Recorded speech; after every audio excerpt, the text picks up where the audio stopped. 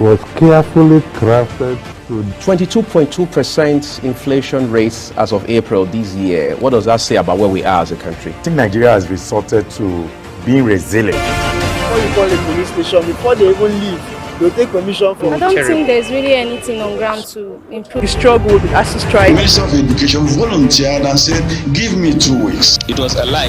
The president never gave me any deadline.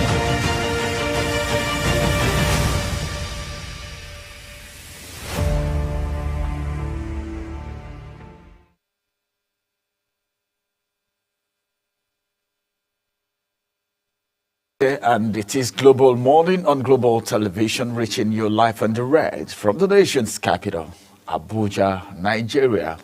My name is Ramsey Enoch, and I will be with you on Global Morning today from now until 10 o'clock. There's so many things happening in Nigeria right now. What about the issue of economic turndown? The hunger is real. I know of that. I don't need to remind you of that, but then I think there are so many things that a lot of people are doing to keep hope alive. That's the reason I tell people all the time that Nigerians are very resilient people, that Nigerians are very strong people, that Nigerians are determined people, that an average Nigerian can survive anywhere, no matter the situation. And I'm so excited that you are right there watching Global Television today. And of course, on Global Morning, we will be bringing you a whole lot. You know how we do it. News and current affairs. We make sure you are informed so that you are not deformed. We make sure you have the necessary information that you need. And that's the reason we take you off social media informations to bring you major headlines for the day. Today, we will be looking at the national dailies, the Punch, the Daily Times, the Vanguard, the Guardian, the Nation, the Leadership, as many as we can. We will be bringing it your way this morning to keep you informed. And what we don't fail to do is to make sure we bridge the gap between the government and the governed. Very important. Even though there's a lot of politicking going on, we still make sure that you get to know what's going on.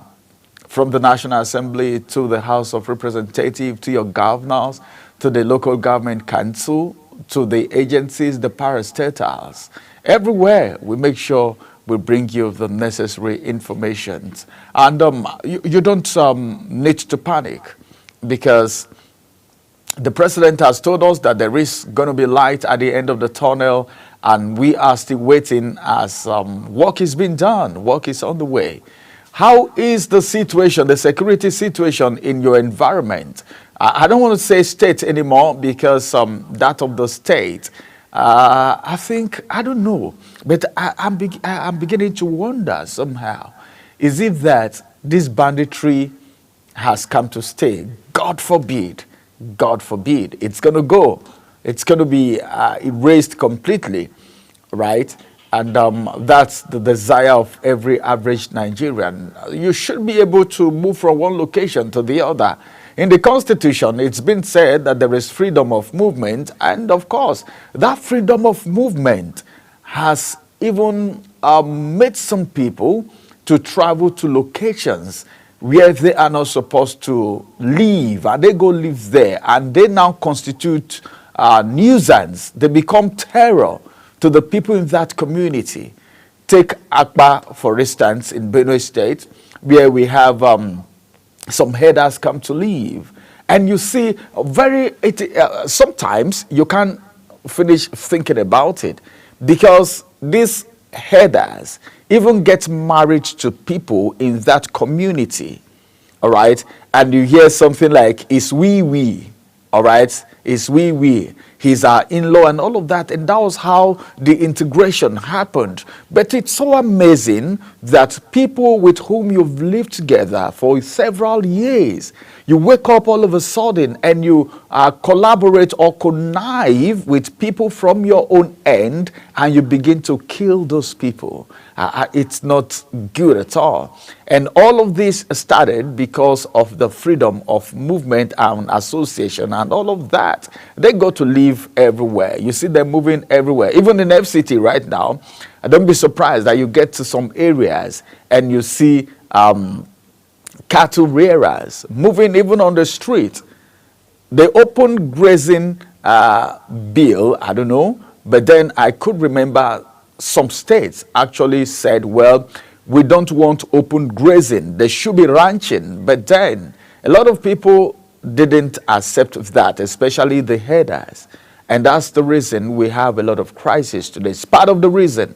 Not totally the reason, but it's part of the reason. What about the kidnapping? I saw a video yesterday on social media where some persons, they were caught actually. They are kidnappers in that location, and they were caught, 3 of them. And they caught them with so many things: money, phones, you know, a Highlander Jeep, a Lexus, and you know. And when you see these people, they don't look it at all. They don't. I keep wondering. They don't even look refreshed. They don't look like people who have been taking money from innocent Nigerians. They look very malnourished. I don't know. Does it mean these people are collecting this money for some people? Is it that some people are behind this kidnapping? We've heard in time past about terrorism, that some persons are sponsoring terrorism in Nigeria, but we never saw them being named and shamed. We only hear these things on the pages of newspaper. And of course, we hear them from the media. And these authorities never come out to say these are the names of the sponsors of terrorism, and they should be meant to face the wrath of the law or should be taken to court. But innocent people, you see innocent people being taken to court, you know.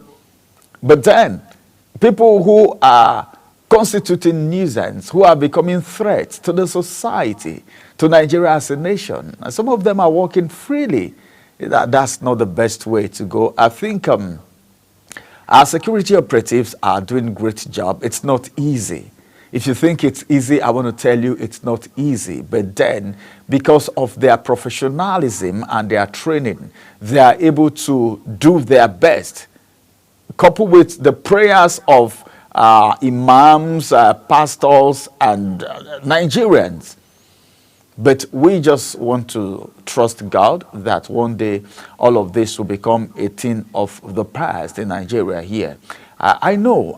Someone asked me a question and I couldn't answer it. The person said, but this is the same Nigeria army that has helped some African countries in the past in ECOMOG. And of course, we are able to calm worse situations in some of these African countries. How come Boko Haram is on the rise every day, overpowering our military? What's the problem? Where are they getting their weapons from? Who are the informants?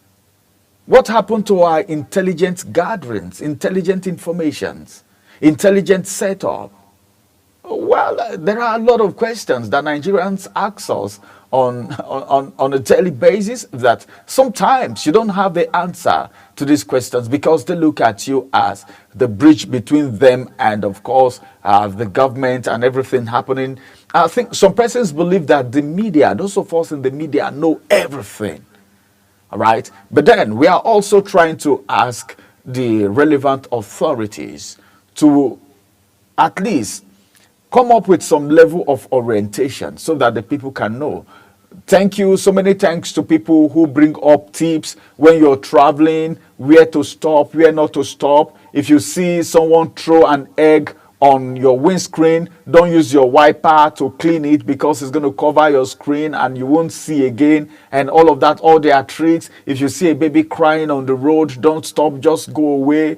You know, things like that. If you see an object thrown at you, don't, you know, if you hear a bus, they just do something as if your tire is the one that actually punctured. Anything like that happens on the highway, you keep moving until you get to a safe place before you stop to check your car. And even if you want to travel, you need to do a good servicing of your vehicle before you hit the road, so that you don't have a stop on the way. One of my colleagues was saying something yesterday when she was traveling, and the driver doesn't have a spare tire. You know, traveling a very long distance without a spare tire, that is danger. It's just as if you have conspired with some persons to attack your passengers. That's what it means. Because you can be traveling a long distance and you don't have a spare tire. And of course, you know that the tires you have, the 4 tires are maybe Belgium, or maybe some have even eaten up, but yet you don't have a spare tire. That's more like a conspiracy theory. And that's what I think. So we should be cautious, and kudos to those who are giving security tips so that people can know what to do. If you're living in an estate, when to go out, when not to go out, before you bought a vehicle because of this one chance people, what you need to do. I think in that area, the government is trying, because the security operatives keep coming up with necessary orientation, information, you know, security tips that will guide your movement and all of that. When to come out. Sometimes I've seen where they let you know where are hotspots for criminals and these bandits in FCT, in some states, at different places. All right. The expressways, when you want to board a vehicle, a car, stop for you and all of that. Check out the people inside before you enter, even though sometimes you can't even know. Before now, they use older men or women to sit in front. Sometimes they use female and all of that. So many tricks, but it's so good that Nigerians are becoming wiser. But then I think we need to work towards ensuring that security become maybe our number one priority, because the people need to be secured. One of the things that the government owe the people is the right to life and property, defense of the territorial integrity, and of course, the borders of Nigeria. Very important. And of course, individuals also have roles to play, because if you notice any maybe security breach, or maybe you notice anyone constituting nuisance that you know this person can be a threat to your community or your environment, report to the authorities.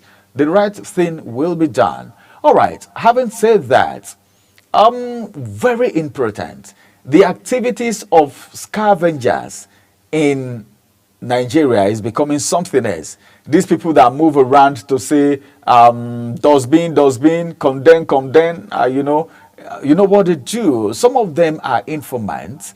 You see them in the day, they are something different. At night, they are something different. The Minister of FCT have made some moves in the past to ban this operation of these people, especially when they were constituting nuisance and even destroying infrastructures in the FCT. But then I think I saw a notice this morning, a disclaimer that those who took the FCT minister to court are not registered, not the original scavengers and whatnot. And there was a disclaimer to that effect. They said they are registered association and they are law abiding, that those who took the case or whatever case to court are not part of them, and all of that. There was a disclaimer. So I was seeing that information this morning. Well, the details you will get, but then the bottom line is you should be careful when these people come to your house, okay, to move the refuse away. You know, when you want to give them your refuse, dustbin, they come shouting all the time, condemn. they are buying scraps and all of that. If they come, you need to be careful. You need to watch the kind of access you give them. Some people even allow them get into their compound, go through the gate, come inside, pick something and go without even supervising them. That's not proper. Don't allow them into strategic places in your house because they are monitoring. Some of them even have weapons in their bag. It will even amaze you. Someone told me a story about an Okada rider. All right, some Okada riders, as it's been said, I've not seen, but some Okada riders move about as they ride their bike. You see them with knives and weapons, and any little thing. I've heard story of someone. The man told me, he said he was stabbed by an Okada person just because of change. So you need to be careful dealing with these people, because a lot of them, you can't even place where they come from. Some of them you don't know. So if anything happen, they just go away. So you need to be careful, be security conscious. I'm talking about this because the security situation in the country is becoming something else. And global television is caring. We want you to live. We want you to be secured. And that's the reason we talk about these things all the time. Sometimes we bring an expert to give you tips on how to live, how to move, where to go and where not to go, when to go and when not to go, and all of that. So this is for you so that you can be guided against insecurity in the country. Right now, we're going to go on a quick break, but don't forget that we are bringing you the national dailies, the newspaper headlines, to see what the papers are saying. And at the top of the hour, 8 o'clock, we will bring you the AM news. Then after the AM news, we'll return back at 8:30 for the first discussion of the day, where we'll be looking at something very, very important. I don't know how far with the refineries in Nigeria, how they are doing. Are they servicing us, or we are the ones servicing it? After subsidy removal, a lot of promises were made. The Kaduna, the Warri, and of course, the Port Harcourt refineries. How is their production? I don't know, but then we need to talk about that. NNPCL, how is it happening right there? The former MD, and of course, the present situation right there. We'll look at it. We'll have an expert, a consultant who will be talking to us. We'll also look at the issue of the dwindling nature of examination in public schools. In public examinations, the rate at which people pass public examinations these days becoming something else. What is happening? Is it the economic situation? Is it that parents can't do what they do for their kids before to make them do well in school? What's the problem? We will look at all of that in our second discussion today. And don't go anywhere, because I'm going on a quick break now. After this break, we'll return and we'll look at what the national dailies are saying. The newspaper review is coming up next after this break.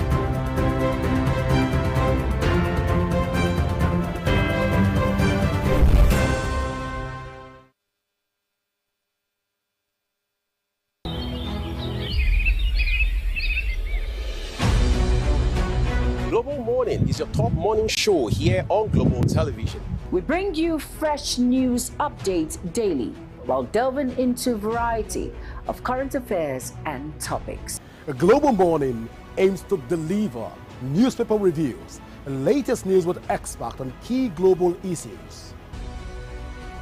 And at the same time, keeping you well informed about important events, both national and internationals. Global Morning serves as a valuable source of information, helping viewers like you start your day well informed. Stay connected from Mondays to Sundays to a wide range of the latest news making rounds on Global Morning. We're on the road to protest. The president meets all of our demands.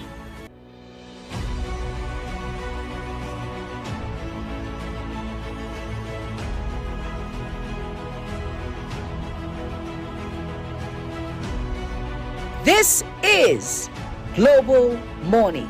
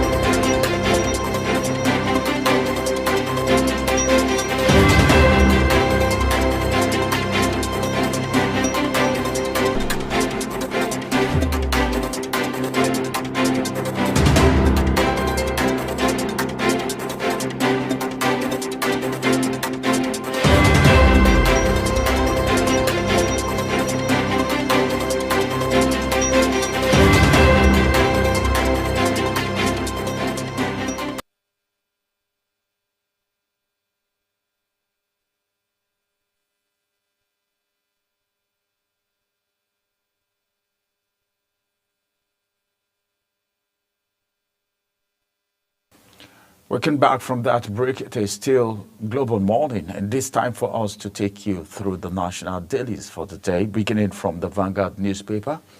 On the Vanguard newspaper this morning, above the nameplate, It says AfriBank to fund African Energy Bank with $19 billion. That is coming from Lokbobiri.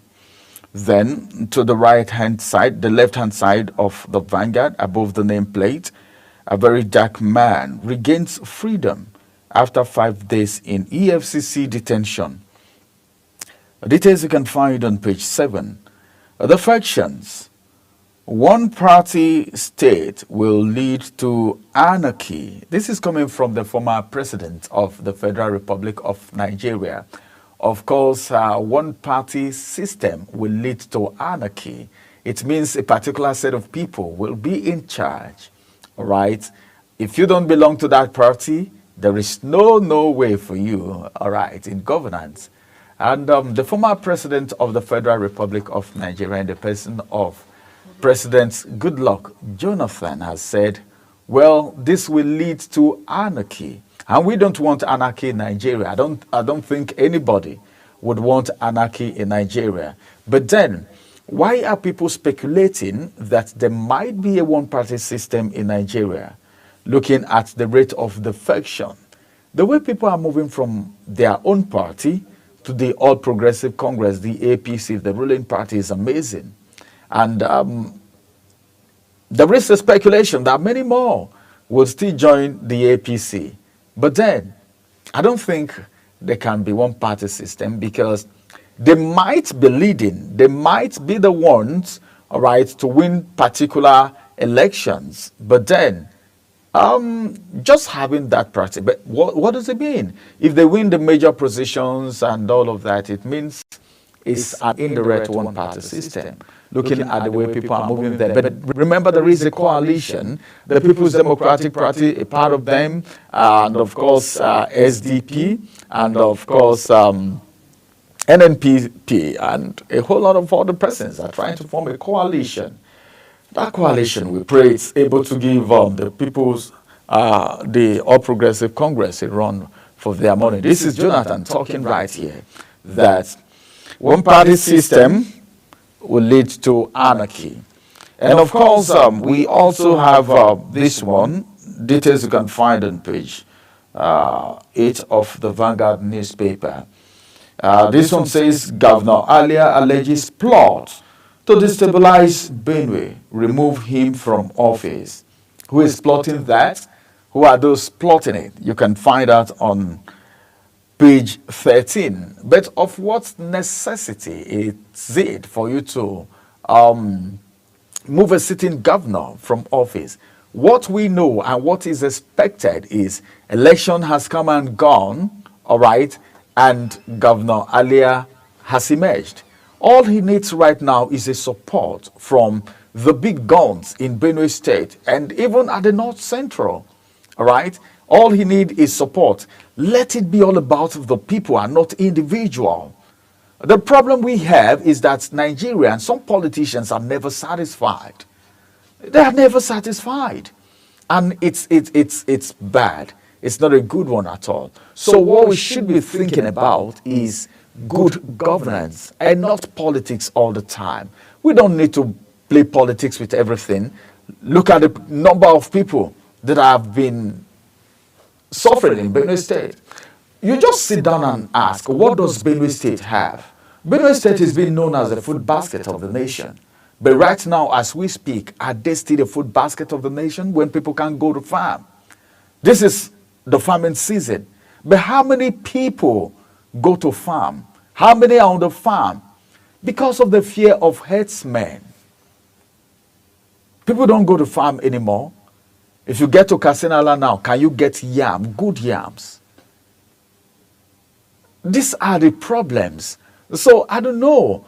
I think it's time for governance and not politicking, because a lot of people are turning everything to politics, everything to politics.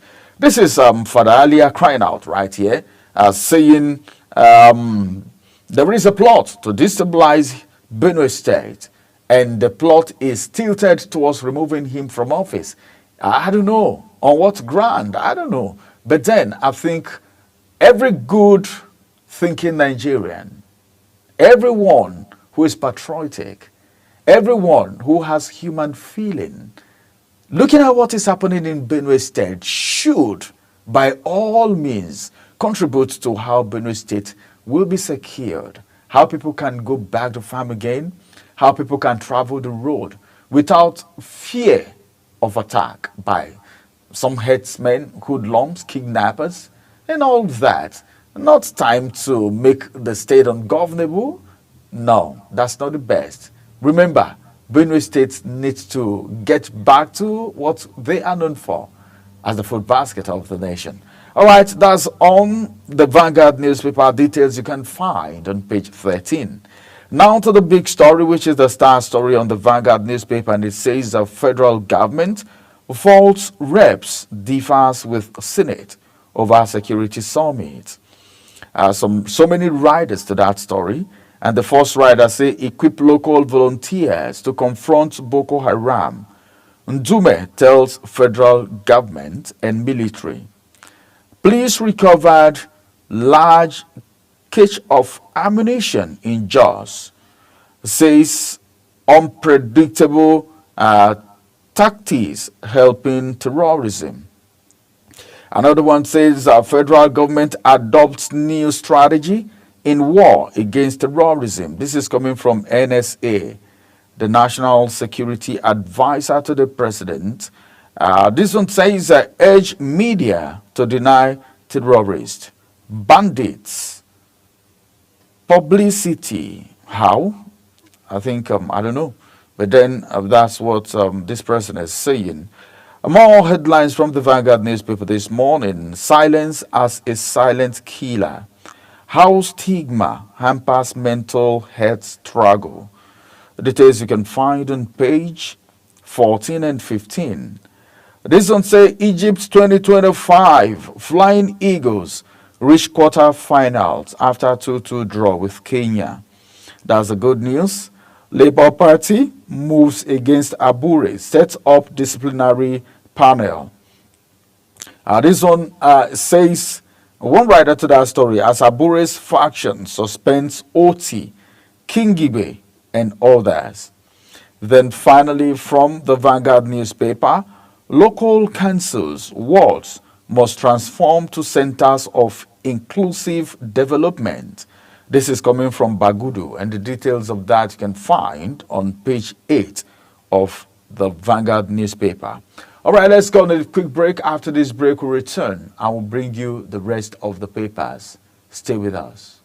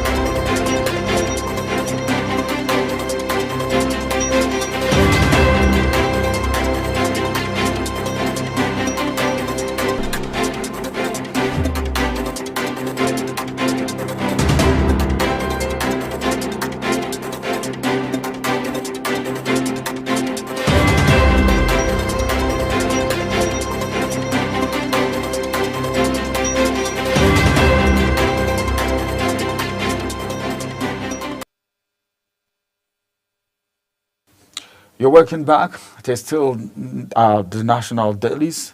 The newspaper review now goes straight to the Daily Trust newspaper. And on the Daily Trust, we have this headline: LP suspends Abia Governor, Kingibe, and 4 others. IGP sets up special police unit for elite protection. Then Dizon says Flying Eagles reach AFCON quarter-finals. That was a very wonderful one. If you watch that game, you can see how determined the boys are. But then, 2-2, they drew the game.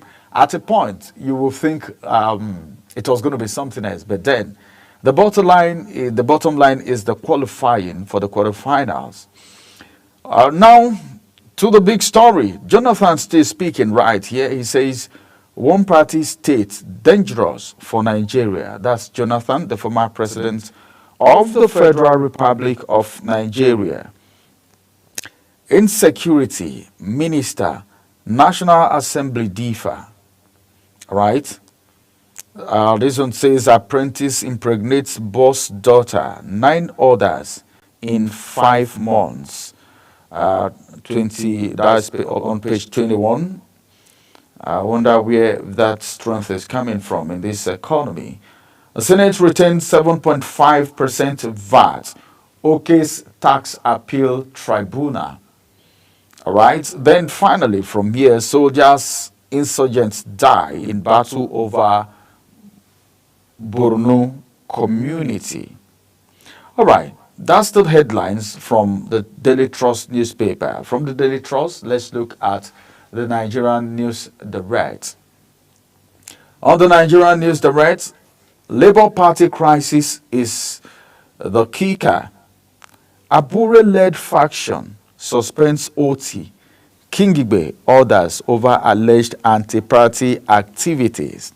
Well, okay, I'll say something, but then let me just look at the riders. The first rider says, Usman-led faction summons Abure over alleged corruption, fund mismanagement, and others. The second rider says gives Abure 48 hours to defend himself. You know, the issue of Labour Party is becoming something else. I don't know. If any party is having issue, it shouldn't be Labour Party. A serious party? I don't know. But the personal interest and all of that is where the problem is coming from. Or else, Labour Party should be standing very strong and firm. If Labour Party is standing, it's going to instill fear in the other parties. Looking at what happened in 2023, can you remember that election at all? For the first time, Nigerians are having to vote with all their strength, wait and supervise the counting of the votes. Some even stood in the rain to make sure they voted. But now look at what, all because of Labour Party, yeah? Maybe because of the individual, the personality involved. In the person of the former governor of Anambra State, Peter Obi, who was a presidential candidate for the Labour Party in the 2023 presidential election. I don't know, but then I'll keep saying it. Labour Party shouldn't be having all this issue. But then, are you trying to say there might be someone somewhere instigating this problem to destabilize the party? That's what some Nigerians are saying. But then, I don't know, if you know what your ideologies are, if you know what you stand to achieve as a people, as a political party, you shouldn't allow infiltrations or anyone coming to cause problem in that party.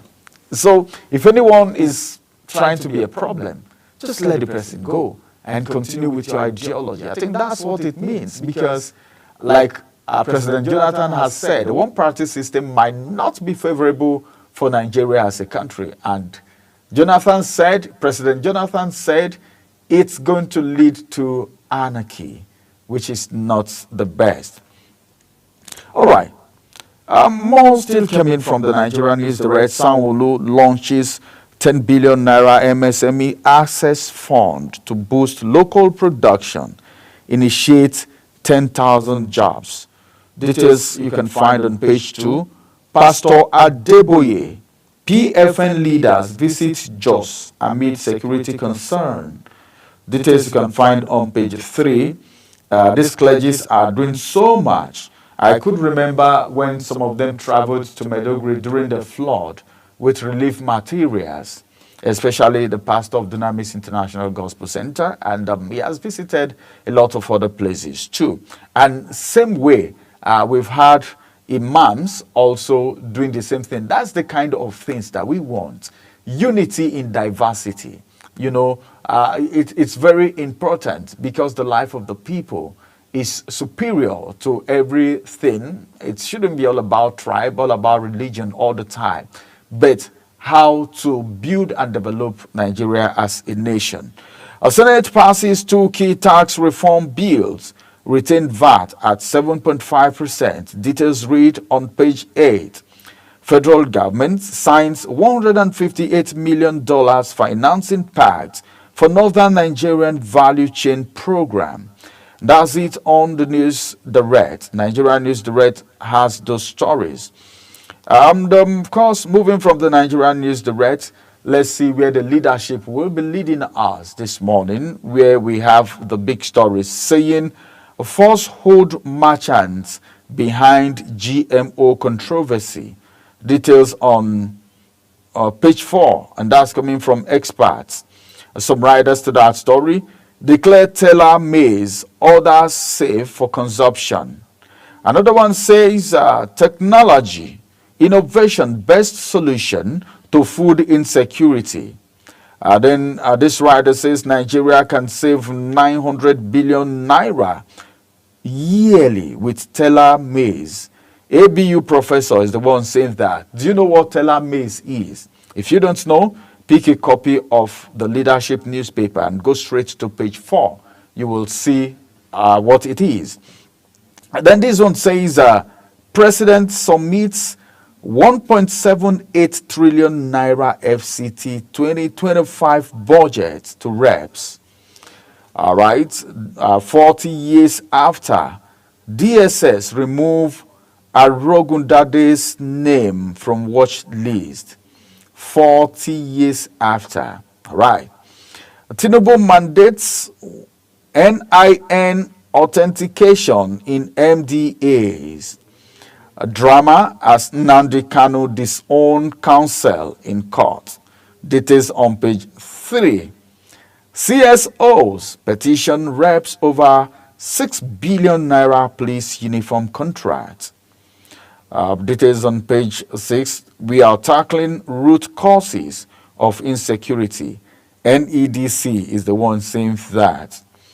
All right, let's quickly move to the next paper, which is the Nation's newspaper. And above the nameplate, I have this one, which says, IMF confirms Nigeria's full repayment of $3.4 billion COVID-19 loan. A court admits Kanu's inciting broadcast video as exhibit. Court admits Kanu's inciting broadcast videos as exhibit. Do you still remember the COVID-19 loan? I don't know if a lot of you remembered.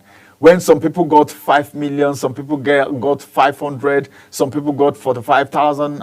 People were getting money anyhow. And some persons were even using it for business. You collect this, you give me this. You collect this, you give me this.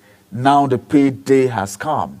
I saw a situation where someone said they were deducting from their account in the name of loan.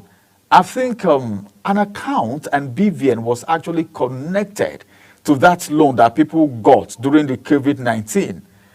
The repayment is what's happening right now. And on the paper here, IMF confirms Nigeria's full repayment of 3.4 billion COVID-19 loan. Well, I don't know. You know, when you're taking loan, it's a smiling time. But the time to pay back, it becomes very difficult. Taking loan, please don't take loan because you want to flex, because we want to enjoy life, because we want to have fun, because we want to service some form of luxurious lifestyle. No, don't do that. Because when it's time to pay, if you didn't invest in anything, it will be difficult to pay. So if you're taking loan at all, just my piece of advice anyway, if you're taking loan at all, make sure it is for a valid investment. All right. Black smoke signal no pope elected on day one. Bagudu, council wards must become center of development. Labour Party suspend OT Kingibe, others, and one rider to that story. And the rider says Nenadi faction seeks financial probe. Then the second rider says Governor Abure, clown looking for crown. Clown looking for crown, my God. All right. And that's going to be the size of the headlines from the nation's newspaper. Let me see if I can flip through The Guardian quickly. The big story on The Guardian say tax reforms advance as Senate. Debate clauses retain VAT at 7.5%. Details read on page 6. We've disbursed 54 billion naira to 303 schools. 293,000 students, says Nel Fund. Ganduje ready to welcome Kwankwaso as defections hit NNPP. My God. All right. Military kills over 13,000 terrorists, rescue 10,000 hostages in 2 years. Details you can find on page 4. Then this one says court admits tapes of Kanu ordering Tinubu Wike's death, burning of federal government property. 50 aspirants jostle for 57 council chairmanship seats in Lagos. Lagos BOI Sterling Bank pull 10 billion naira to empower businesses, create 10,000 jobs. All right. Who got the job? Okay. Let me see. I think this is going to be the last. 2027. Labour Party imperiled by counter sanctions, defections, and infighting. Well, I think that party have so much to do to put their houses in order. Because we have two factions in the Labour Party, PDP, the same thing. Well, whatever happens, let's see how 2027 is going to go. Let's go on a quick break and make way for the AM news at the top of the hour. And of course, after that, we'll return for the first discussion. Stay with us.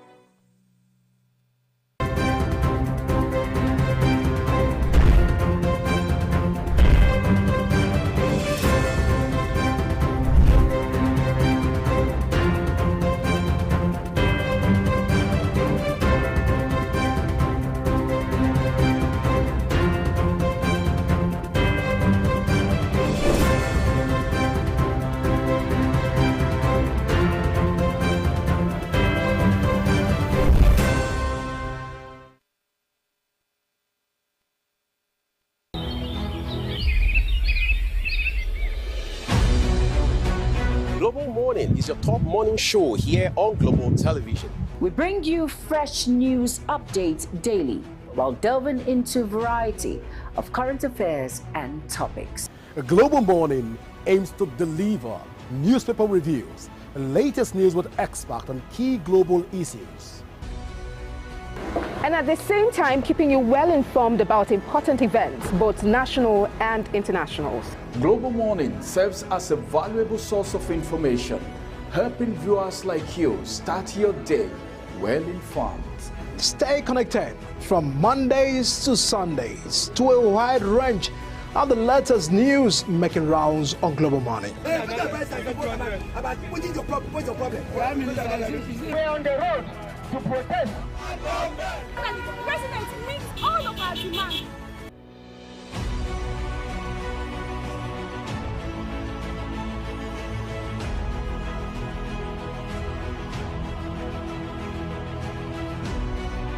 This is Global Morning.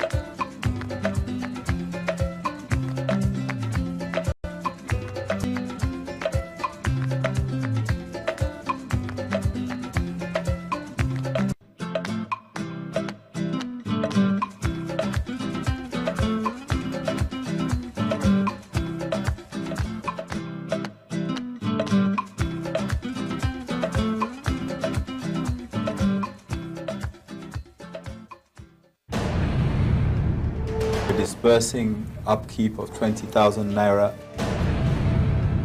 Know that you cannot talk about a healthy nation if you don't have means to produce your own in addition to importing. The CG is the principal actor of this because it's within her jurisdiction. Minister is a supervisor. That we must run in accordance with the Constitution of CAN, where you have just a single time.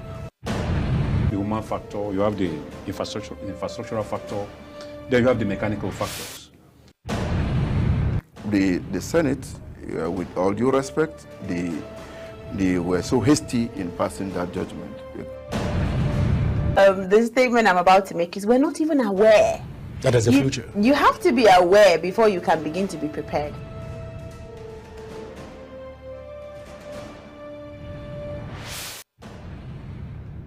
Do you know that global television can be watched in Nigeria and all over the world? Download the Global TV Nigerian mobile app for Android and iOS devices to watch global television real-time from around the world. What are you waiting for? Start downloading and stay connected to global television.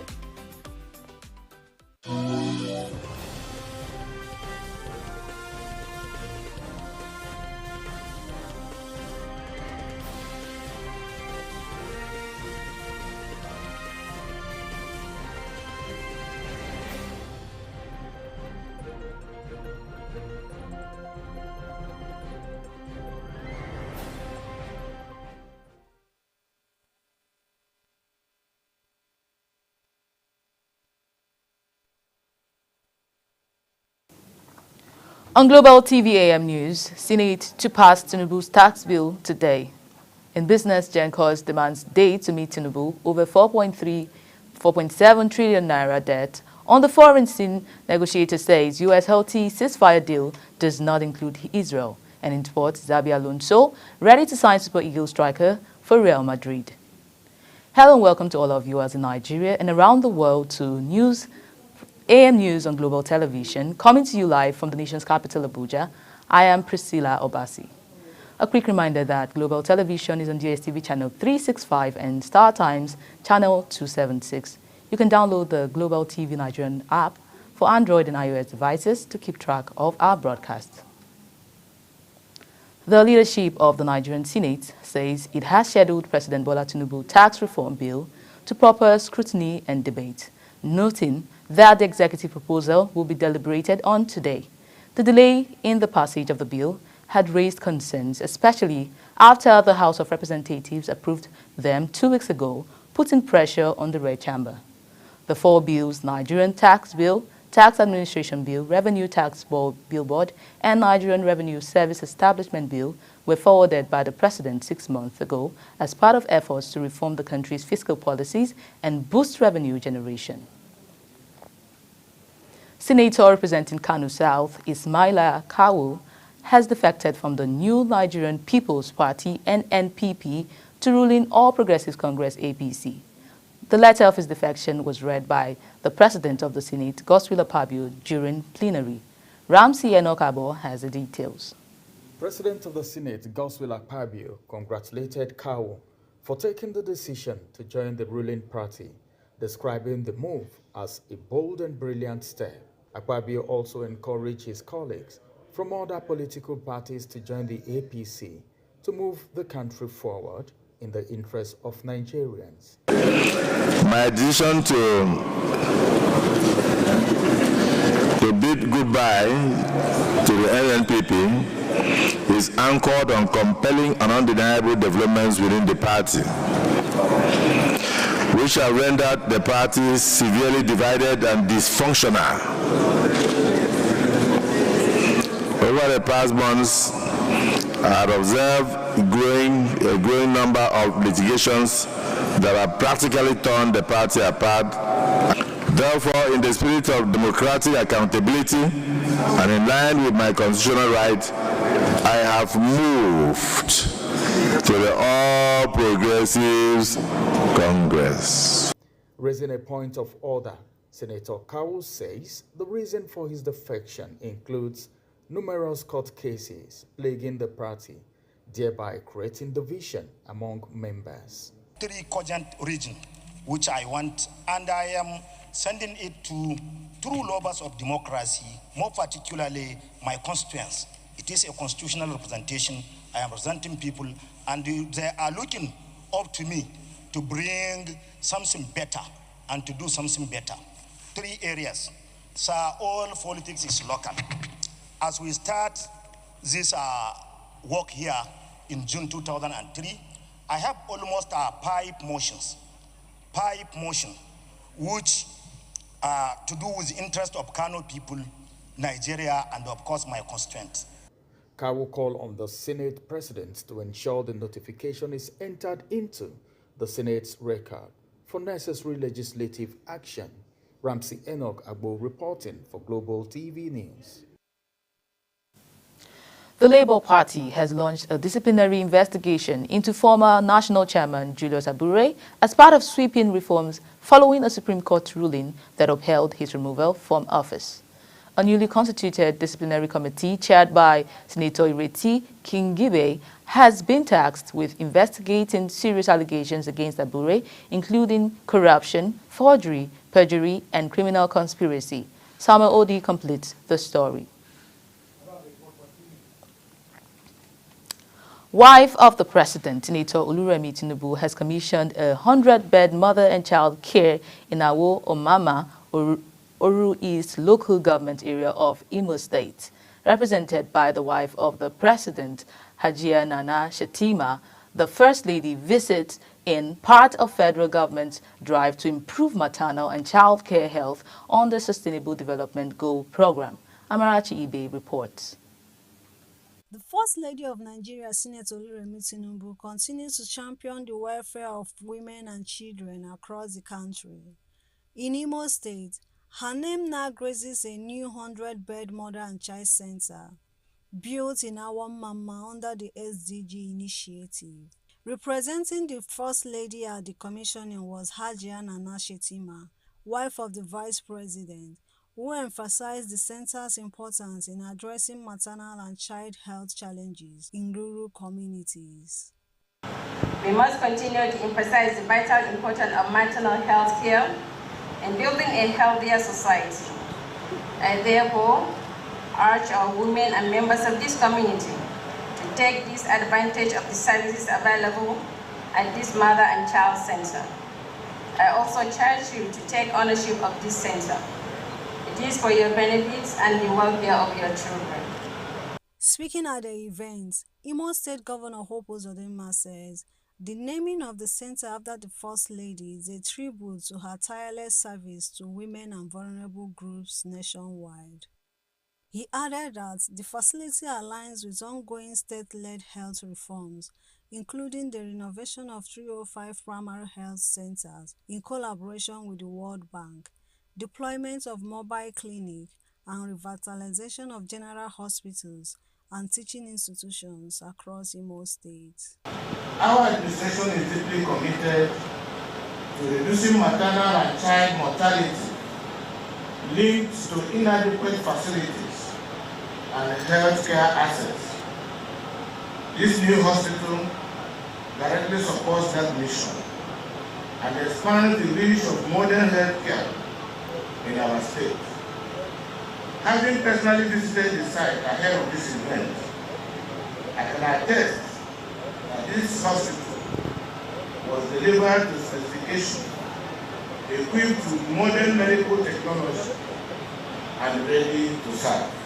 The Senior Special Assistant to the President on Sustainable Development Goals, Princess Adejoke Olarope, explained that the project is one of the several initiatives being implemented across Nigeria under the Sustainable Development Goal 3, which focuses on good health and well-being. And promises made by your reliable, responsible, and responsive President, the President of the Federal Republic of Nigeria, President Asiwaju Bola Ahmed Tinubu DCFR, who believes that no woman should die or no child should die when giving birth. Women is vessel of life, and should be protected and preserved.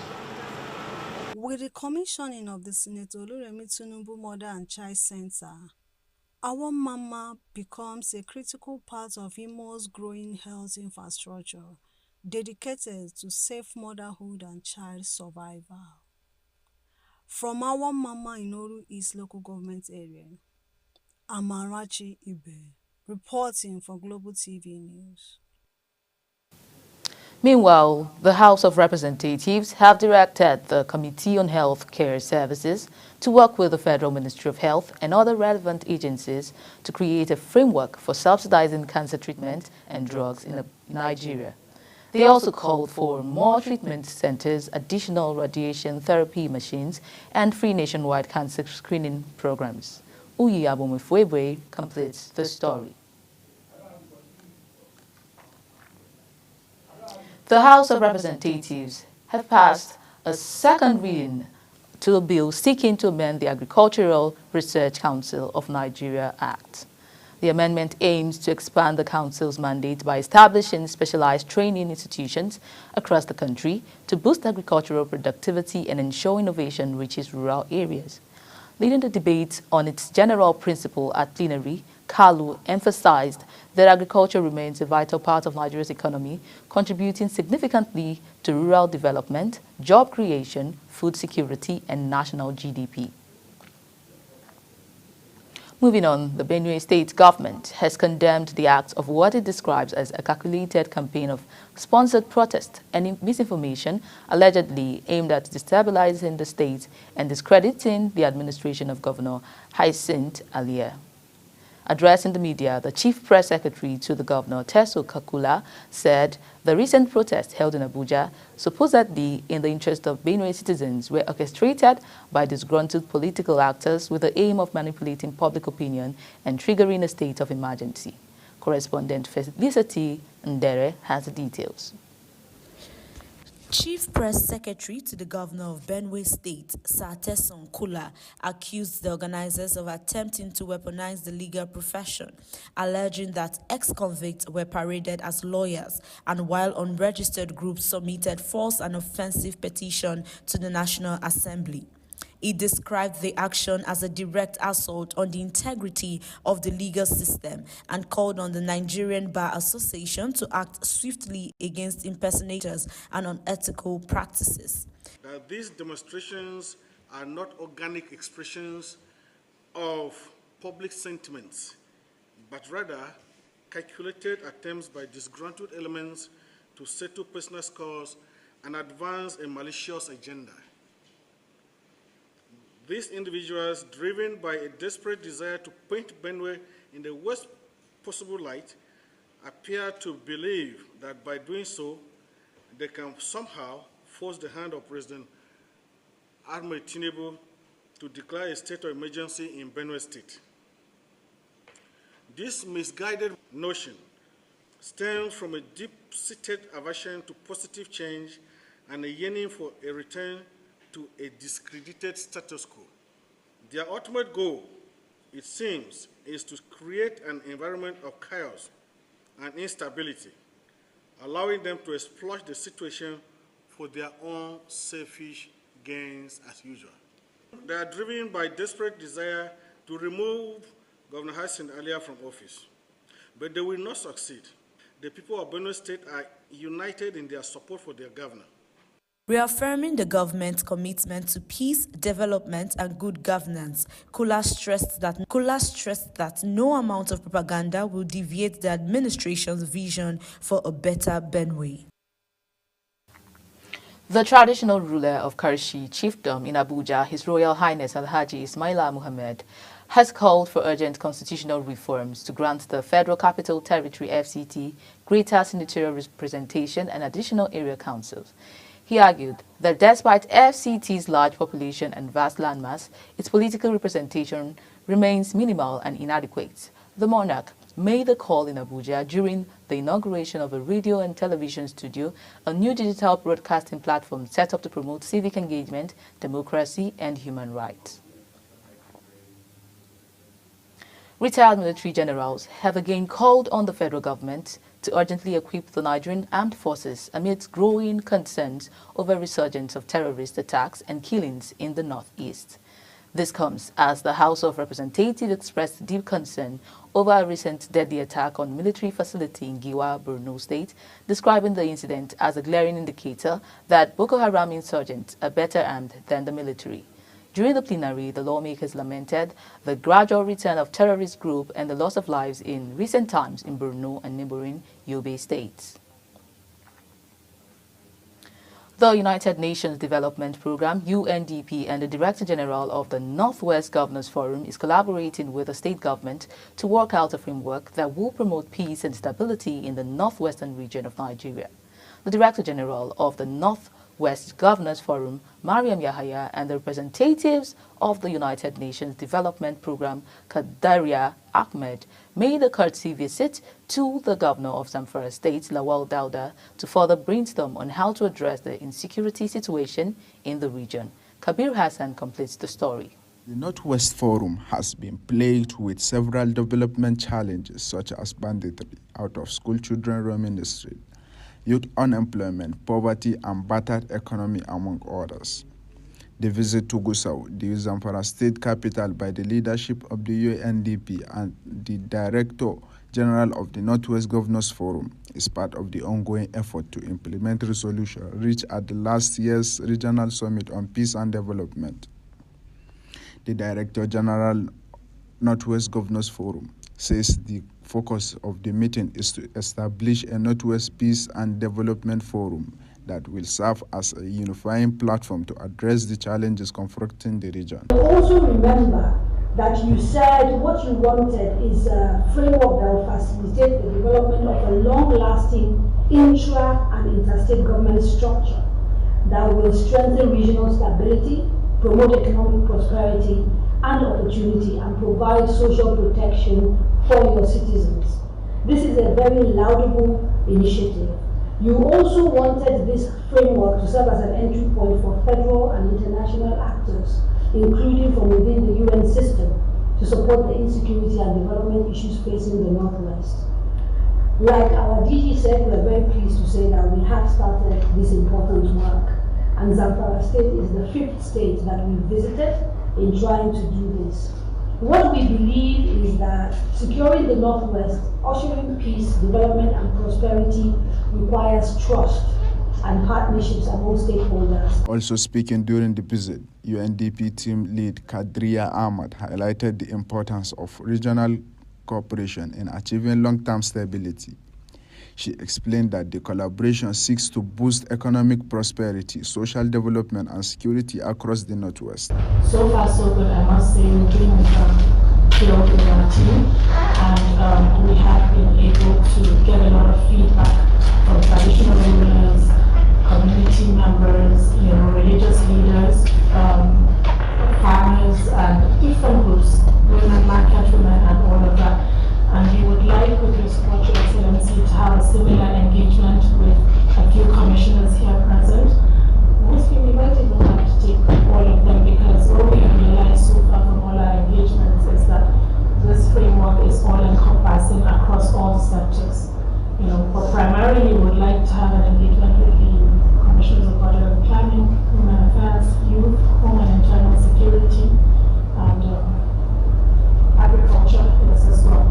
So, based on all of this, I would like to hand over the more technical bit of this to Ms. Karia Ahmed here with me today, and also thank you and your colleagues for coming together to drive regional development. This will enable us manage our resources better and drive sustainable development in the northwestern part of Nigeria. Thank you all. In his response, Governor Dauda Lawal commended the initiative and expressed his administration's full support. He described Zamfara as the epicenter of insecurity in the region and emphasizes that solving the state's security problems will significantly ease the situation in the entire Northwest. And I'm happy to say that we have this team that are up and about doing whatever is humanly possible to address these challenges we are facing.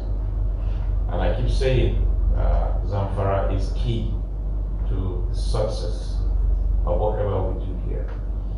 I made it very clear that all the crisis that is happening in Northwest, Zamfara State happens to be at the center. Now, if we're able to get it right in Zamfara, honestly, 75% of the challenge or challenges will be over. The UNDP-led delegation has so far visited 5 states in the region in Zamfara. The meeting concluded with a renewed commitment from all parties to sustain the momentum and ensure that the proposed peace and development framework translates into tangible benefit for the people of the Northwest. Hassan Kabir reporting for Global TV. You're watching the live broadcast of AM News. When AM News returns, power generation companies demand dates to meet Tinubu over 4.7 trillion naira debt. Details coming shortly, plus foreign and sports stories on the other side of this break. Please stay tuned.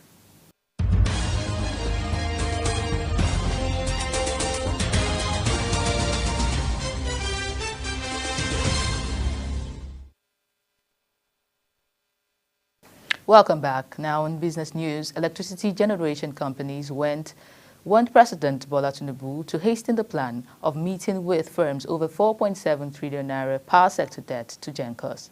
The Managing Director and Chief Executive Officer of the Association of Power Generation Companies, Joy Ogaji, expressed cautious optimism over the promise that the government will pay the debt, while saying there is no fixed date for the meeting yet. President Bola Tinubu has submitted the 2025 Federal Capital Territory Budget proposal to the House of Representatives. The President's letter, read by Senate Speaker Honorable Tajuddin Abbas at Tuesday's plenary, proposes 1.78 trillion naira in total spending for the FCT. Sharon Ajay has the rest of the story. The Speaker House of Representatives, Tajuddin Abbas, says 85% of the capital budget is allocated to ongoing projects with 15% for new initiatives. Key focus areas include healthcare, job creation, education, social welfare, and agriculture. Of 1,783,823,708,392 naira is proposed for the year 2025. As such, 85% of the capital expenditure is dedicated to the completion of ongoing projects, while 15% is for new capital projects, so as to sustain ongoing efforts at providing basic infrastructure and social amenities in the FCT. Meanwhile, the Speaker also raised an alert over forecasts predicting severe flooding in over 30 states this rainy season. He urged relevant committees to work with the executive on emergency plans and climate resilience strategies. On national security, Abbas condemned recent attacks in Borno, Plateau, Benue, and Kwara states, calling for justice and stronger preventive measures. Environmental forecasts indicate that over 30 states face severe flooding during the upcoming rainy season.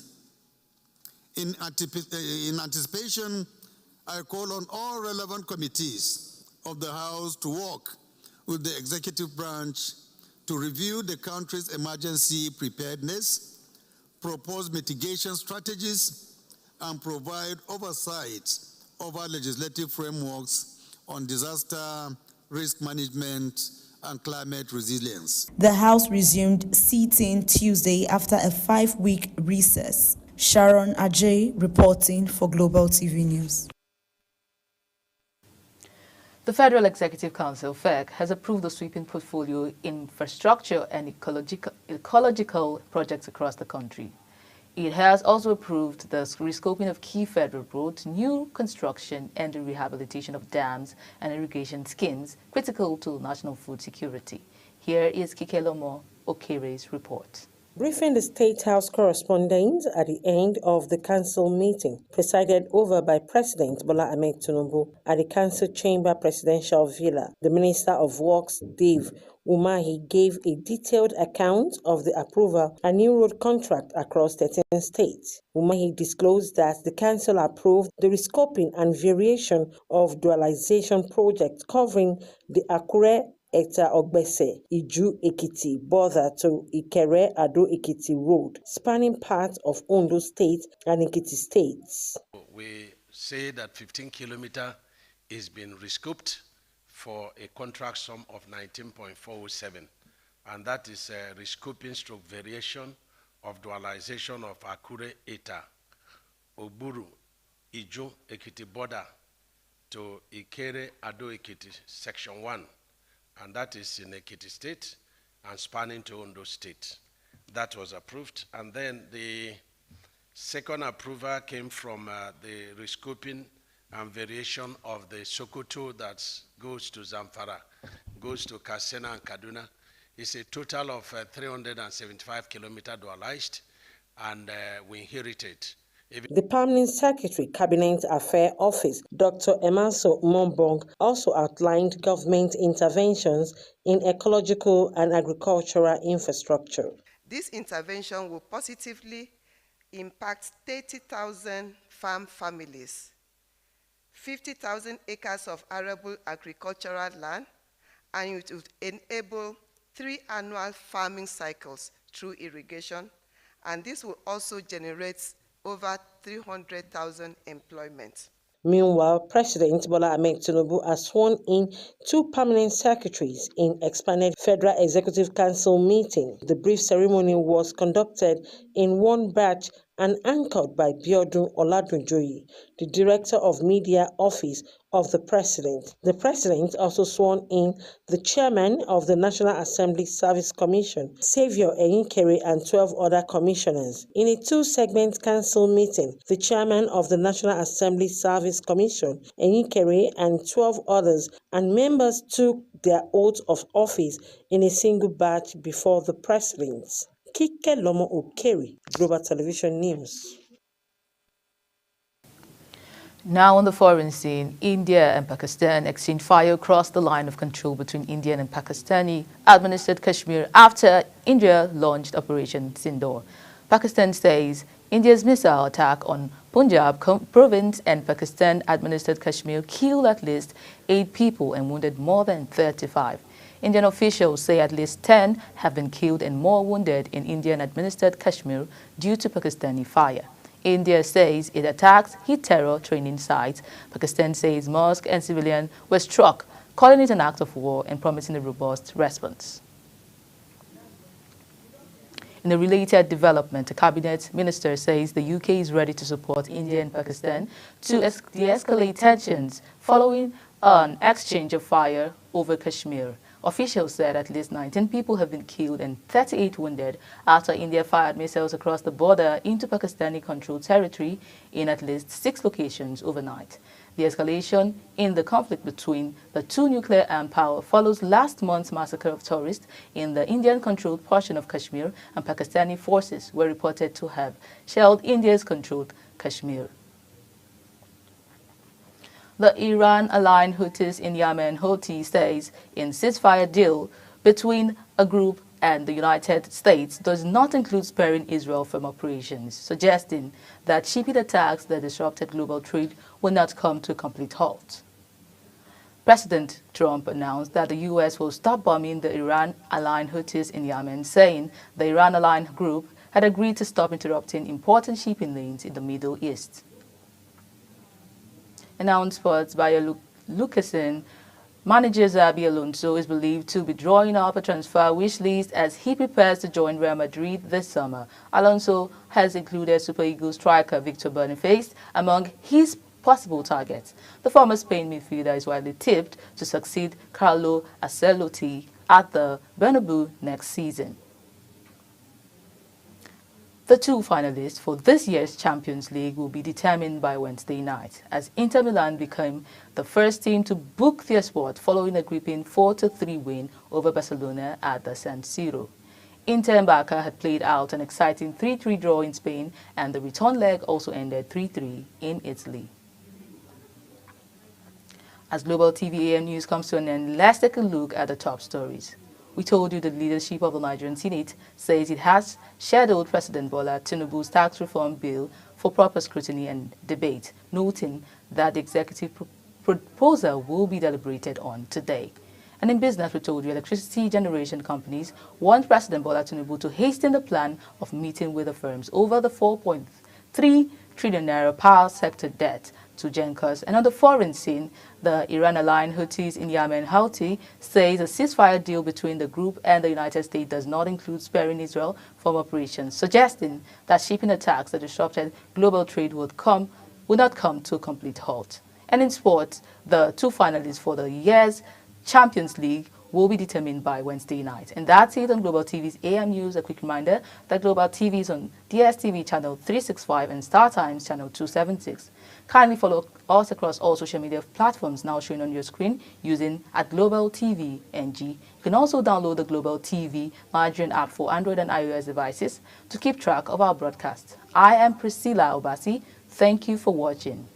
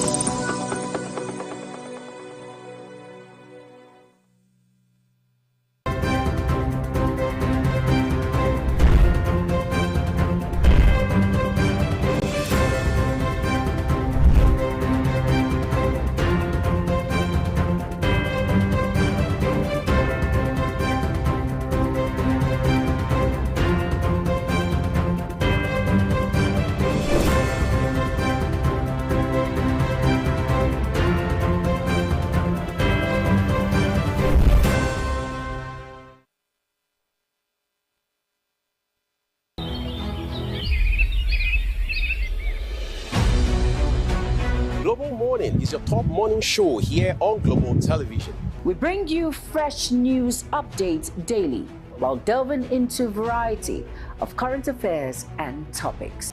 Global Morning aims to deliver newspaper reviews, latest news with experts on key global issues. And at the same time, keeping you well informed about important events, both national and international. Global Morning serves as a valuable source of information, helping viewers like you start your day well informed. Stay connected from Mondays to Sundays to a wide range of the latest news making rounds on Global Morning. We're on the road to protest. The president meets all of our demands.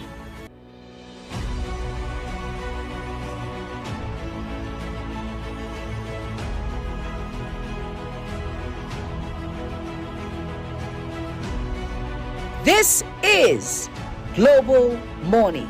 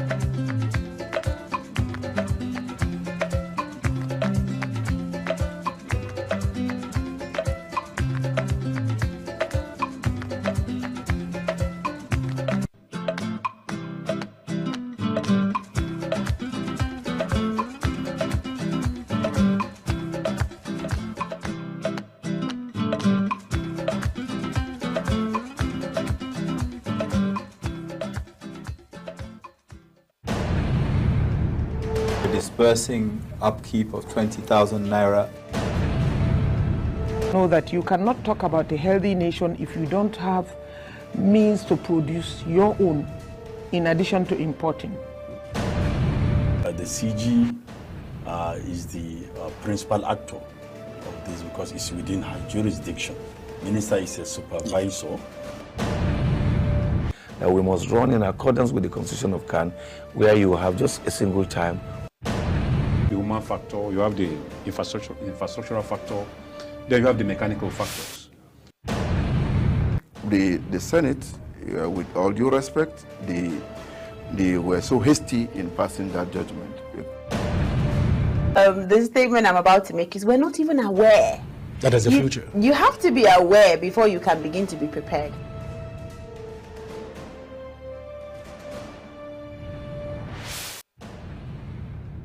Do you know that global television can be watched in Nigeria and all over the world? Download the Global TV Nigerian mobile app for Android and iOS devices to watch global television real-time from around the world. What are you waiting for?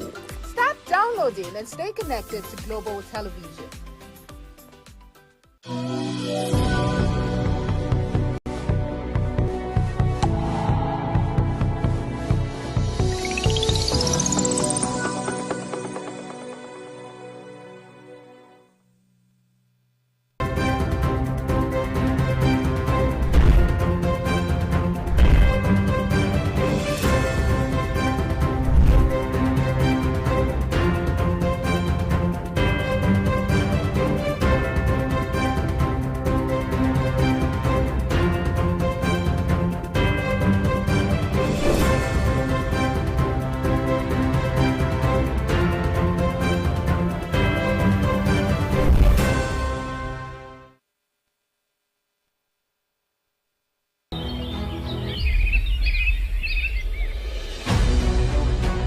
Global Morning is your top morning show here on Global Television. We bring you fresh news updates daily while delving into a variety of current affairs and topics. A Global Morning aims to deliver newspaper reviews and latest news with experts on key global issues. And at the same time, keeping you well informed about important events, both national and internationals. Global Morning serves as a valuable source of information, helping viewers like you start your day well informed. Stay connected from Mondays to Sundays to a wide range of the latest news making rounds on Global Morning. We're on the road to protest. The president meets all of our demands.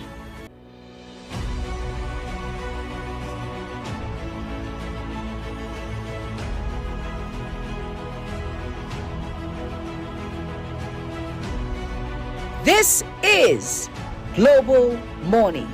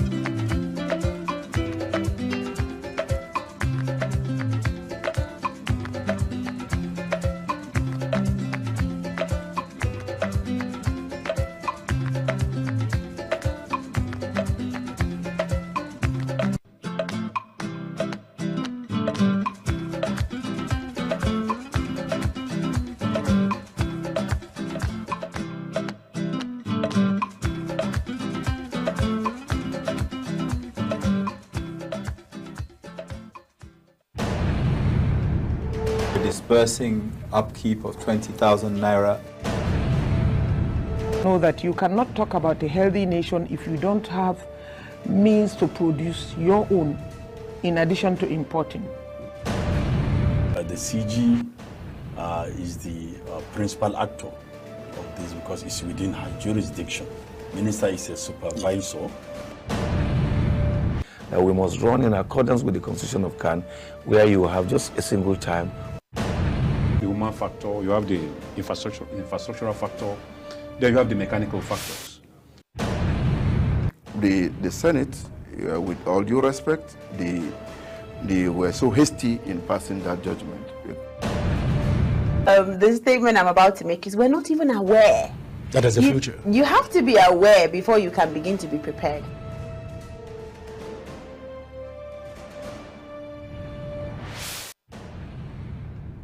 Do you know that global television can be watched in Nigeria and all over the world?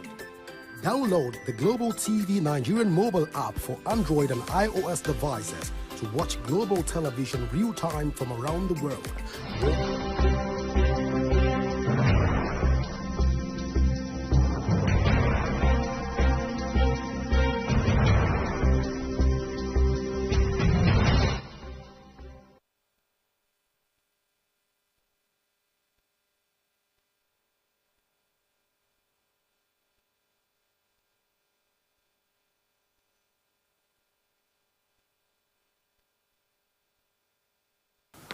Welcome back. It is still Global Morning, and of course the first discussion, we're going into it immediately, and we have our guest joining us.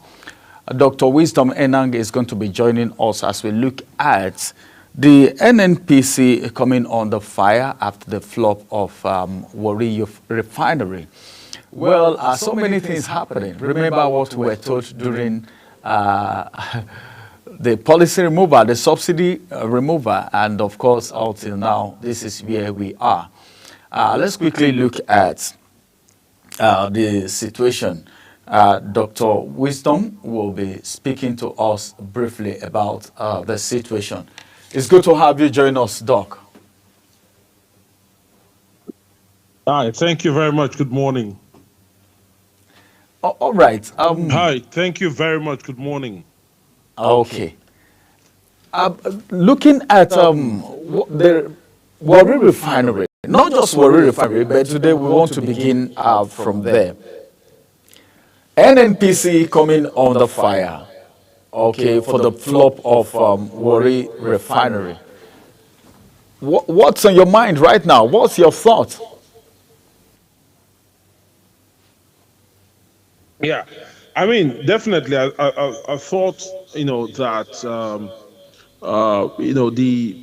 the scrutiny is very important when it comes to an end-to-end look at our systems and on a basis of accountability. I typically tell people that there are three critical ways that I think a system should be run in a very transparent way. So the first would be a predictive approach.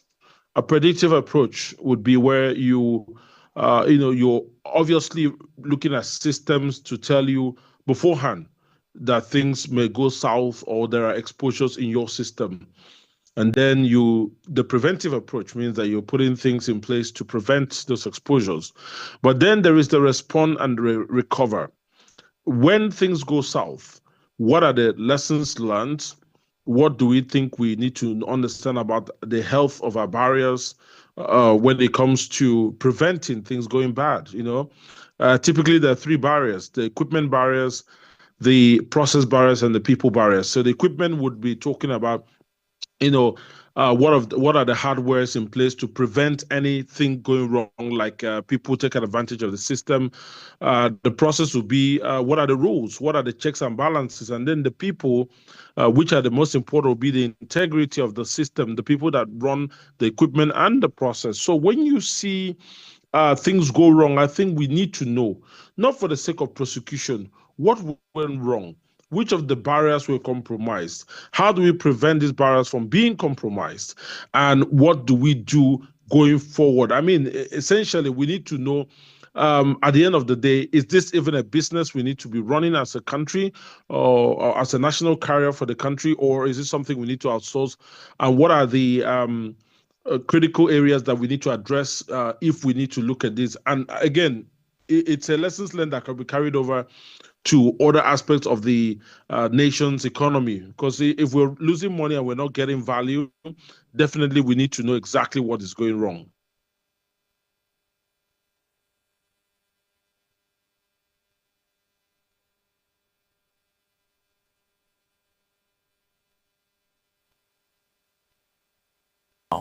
That what they are being told is different from what is actually playing out. Is it that there is some form of politics going on with NNPCL? No, I mean, I wouldn't say that there is politics going on. I think we're going through a phase where there's some disclosure about past records and all of that. And I think that's just going to take a natural turn. The investigators will look at all the particulars. I mean, it's a developing issue. I don't believe it's politics. I believe the new team really wants to know clarity, not for the sake of prosecution, like I said, but just to know where we are and where we're headed to and what we ought to do to get to that position. Oh, okay. The way it is now, because attention, a lot of attention, Nigeria, one of the major source of income, what a lot of Nigerians look at, is the crude oil. Now, the Warri refinery is not optimal. The Kaduna refinery, the same thing, and the Port Harcourt refinery. What do you think? Is there anything that can be done, even if all is not working, so that we can have some working? Because we feel that with competition, when there is enough competition, the product will be available. The issue of fuel scarcity, the hike in the price of fuel, all of this will become a thing of the past. What do you think needs to be done? Or do you think it's not possible to get the refinery working? I think it is possible to get the refinery working. But certainly, I'm one of the people that would advocate more for, sort of looking at lessons learned. We can't be doing things without the benefit of hindsight of, what are the lessons we can extrapolate from previous, initiatives of the similar kind. Now, let's go back to the, the General Obasanjo's administration, where as a civil head of state or civil, president. Now, he said he invited Shell Petroleum and asked if they could help run the refineries. And they mentioned, I think, three critical things, if my memory serves me right. They mentioned the fact that the refineries were not large enough at the scale that they thought, was going to be easy for them to run. The maintenance culture was another issue. I think they also cited the issue about the supply of crude, to that refinery in the scale that they would love to happen. Now, the issue is these were independent people that were even offered, come and run it for free, take your money, profit, and then give us, our own share. So my question is, if we're going to even take a step towards making sure that there is sustainability in the operations of those refineries, first, how have we addressed some of the key elements that were highlighted previously? Were they ignored? Have they been addressed? Or, so that's exactly what we ought to be thinking. If we do not address these singular elements, there's no way. Now, the other thing is about the KPIs. We have a, leadership team, as I said. Now, one rule of thumb, I say it, you have a leadership team in place, and that leadership team is saddled with the responsibility of, setting the right KPIs and getting the right results. Now, who answers when things don't go wrong? For example, we have a couple of years where there was no refining operations. I'm sure the leadership team was still having promotions. Now, who takes responsibility for that? Because the KPIs should tie to the bottom line of the business, and that bottom line should ultimately define, how we do reward and recognition, or how we even meter out corrective actions to the leadership. So there's a number of things. It's not just the technical bolts and nuts that will determine whether those refineries work. It has to do with logical, sort of review of the whole thing end to end from cradle to grave, and then we see whether we can actually learn some lessons.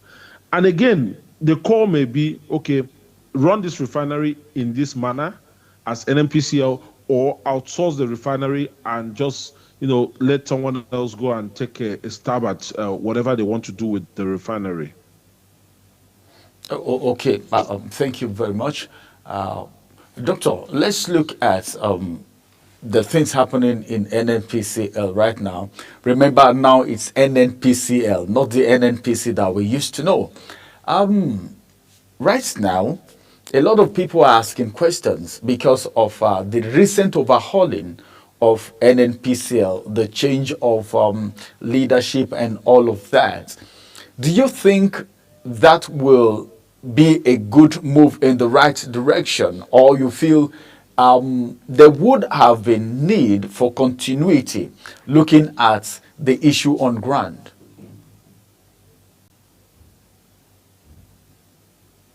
Oh no, I think it's the fresh breath that we're having right now, or breath of fresh air, like they say. It's really important, and I say that every leadership has the challenge that defines its own tenor. For example, the other team was saddled with, one of the key aspects was the issue of fuel subsidy removal, operationalizing it. The other team was saddled with the aspect of the implementation of the PIA, at least, attempting to start that implementation. So that's a good one.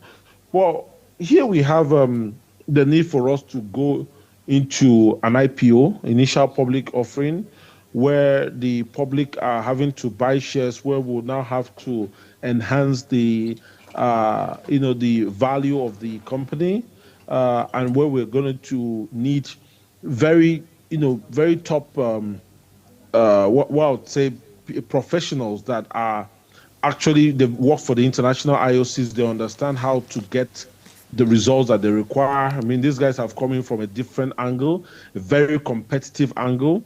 And I think those are the guys that you would need if you need to increase the value to a point where you begin to sell shares profitably. So I think it's a very good, kind of change, positive one. And let's just even give them a chance. I think my biggest regret would be if we bring experts and we don't allow them to take initiative, or we still give, orders to those experts on what to do and what not to do. I mean, from a political angle. But if we allow them, I think they've brought that breath of fresh air that obviously is going to complement the gains that they've made so far. And the truth is this, right? Let's not define the leadership of any tenor based on just the success. There are challenges. There are enormous challenges. Sometimes you trace the challenges back, and these challenges tie back to the fact that maybe certain decisions were influenced politically. And yes, the buck stops on the table. They take the fall for those decisions. But we need to also understand that it's a very complicated system. So I would still reflect more on the successes of the other team. Yes, there were challenges. We're going to get to the root of that.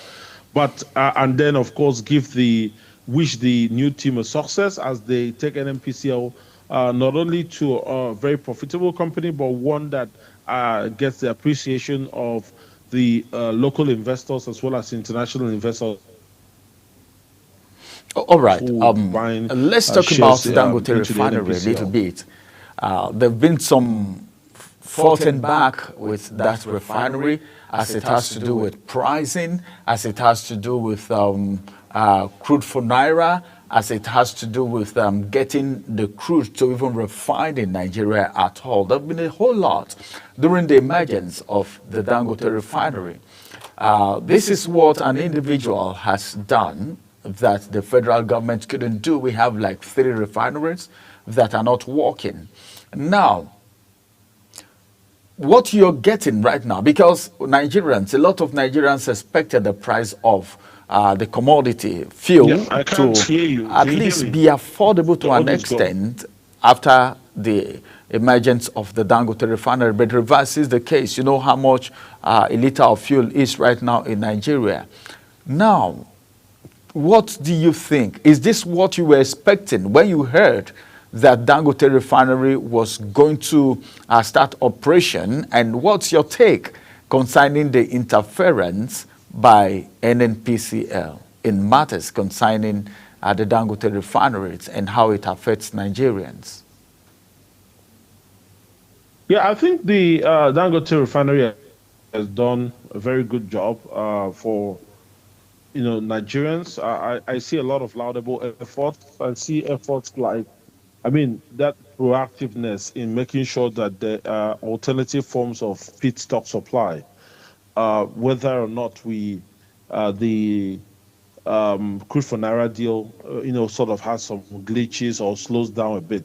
I see that, and that's a very good thing. I see the aspect of trying to ensure that the pricing is a bit fair. Sometimes we do see where the marketers are complaining that the reviewed pricing, especially downward review, might be costing their profits. And I see, a sincere, a sincere intention towards making sure that Nigeria has a very good supply. I think that's really laudable. Going forward, I think for me, I personally would love to see where the Dangote, for example, refinery now owns their own oil field, so they don't have to bother with the aspect of getting fuel, getting a crude out there. So that could be another project, and I think the federal government should be having conversations with them about giving them some real good oil blocks. So imagine if they could refine what they produce, then there is a possibility of having a better scale of production. That means we will have cheaper fuel. There's also a possibility to leverage on some of the profits in the upstream sector, and then give some really good discounts and reduced pricing to of refined products to customers. So I think it's going to be a win-win. But that's the direction we have to go. The Dangote is a very good, story. It's one of the stories that reveals what we as a country can achieve if we put our minds to it. All right. Thank you very much, Doctor. We're still talking about the Dangote refineries. Some persons, when Dangote refinery came up, the first thing that was on people's mind is the pricing, basically. And he said something like, he's not going to be the one to set the price, that the price will be set by the government, the federal government. And we've had some interventions. We hear of so many things coming. Now, let's look at other individuals who also have the certificate, all right, to own refineries in Nigeria. With the kind of ups and downs going with the Dangote refineries, do you think it's encouraging for people? As a matter of fact, there are people who have, there was a time that people were saying, people who have the licenses, their licenses should be withdrawn because some persons are using it for other things instead of running the refinery or building the refinery. And we know what it costs to build a refinery. We know how much is involved looking at the Dangote refineries. What would you have to say about government intervention in projects like that? Taking example from the Dangote refinery. Okay, I think the challenges are obvious. I think when you're coming into that sector, in fact, it was even worse. I know refineries that have had to sell off because they could not deal with the issue of at the time. I mean, we were talking about there was fuel subsidy, so they could not even deal. I know refineries that had to set up and they could not even deal with the PMS because of the same issue.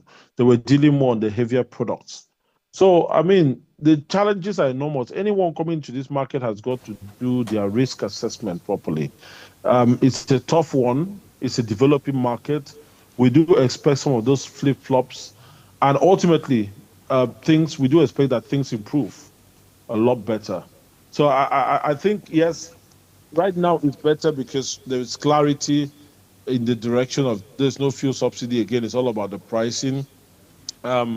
It's going to get better when we can get better quota for or at least even meet the quota that we have promised for the the crude for Naira deal. But definitely it's something that everyone should get on board, because even if we just look and we don't get involved, nothing is going to change. So I think we need to get involved.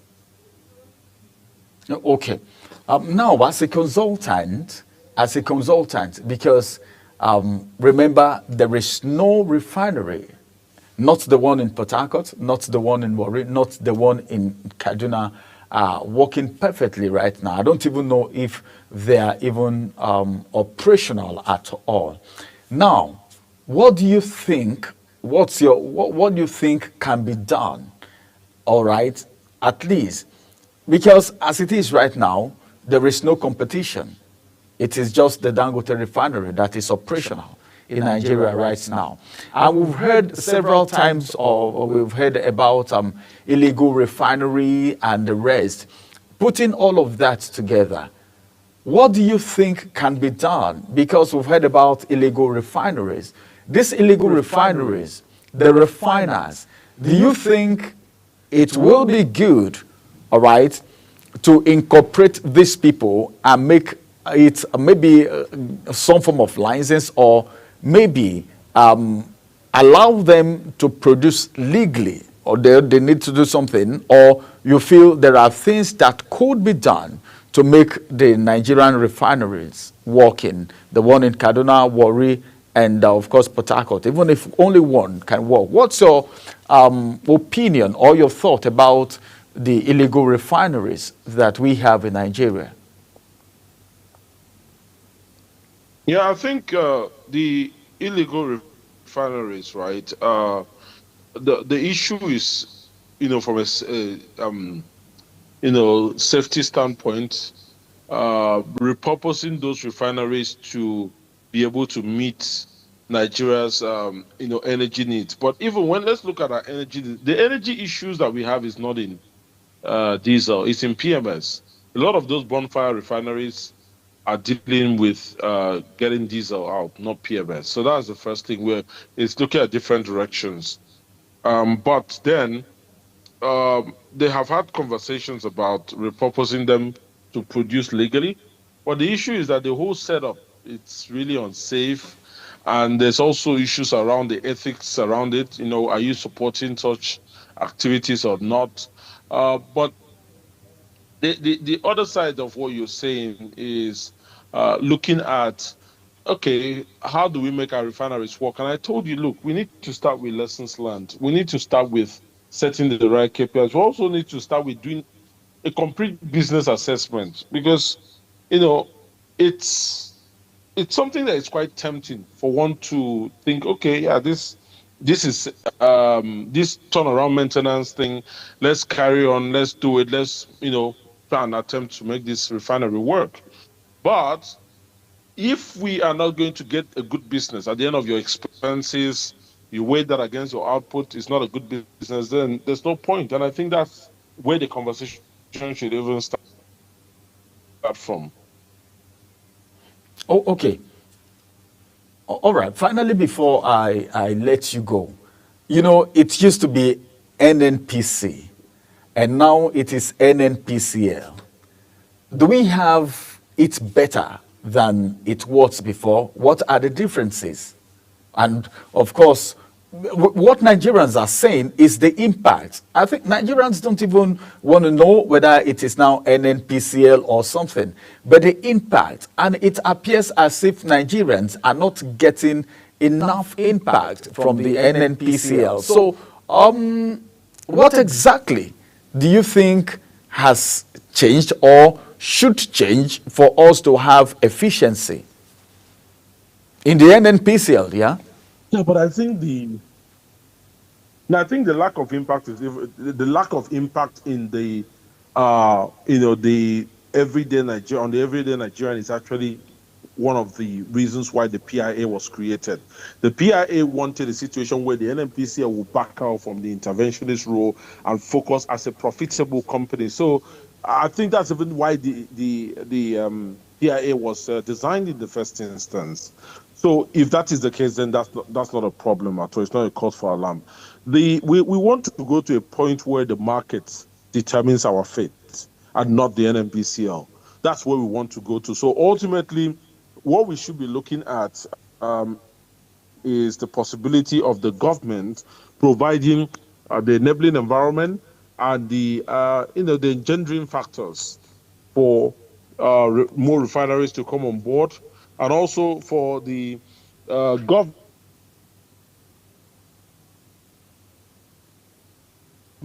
through the NNPC for the crude for Naira deal, and then ultimately the competition will be created, market points will be created, and Nigerians will feel the effect, because the interventionist role comes at a very premium cost to the economy. It comes sometimes there are exposures where there's a possibility for corruption to perpetuate itself. So I think ultimately what is playing out is one of the reasons why that PIA was designed, and people should not. There's a change in era. There's a change in era. It's no more an era where NNPCL just says, okay, this is what we're going to do, and this is how we're going to do for the nation. It's an era where there's a market-driven approach to the economics, and not just an interventionist approach to the economics. All right. Thank you very much, Dr. Wisdom Enang. But then, I've already said I was going to let you go after that last question. But then, the activities of marketers in Nigeria has become worrisome, because sometimes the price is determined by these market forces. And some people overdo. Apart from buying fuel that is adulterated, you get fuel at a very high price. Sometimes you see the pump being adjusted, and you see commercial vehicles or commercial drivers complaining all round. And at the end of the day, all of this boils down to the average Nigerians who bought these commercial vehicles. What would you have to say about the activities of marketers in Nigeria, and what role do you think NNPCL can play in regulating the activities of the marketers? I don't think NNPCL can do anything about the marketers. There's a regulator who would deal with the licensing, who would deal with, making sure that there's a right attitude to implementation. It's not down to the NNPCL, but again, as I said, we don't need to have a carrot and stick approach to our development as a country. What I mean by that is we don't need someone to stand at our back and praise us when we're doing right and punish us when we're going wrong. Marketers should come in and understand that if we do not put our house together as a country, that we will inadvertently have consequences. And that's exactly what we need to know. We cannot afford to just do things the way and manner that we feel.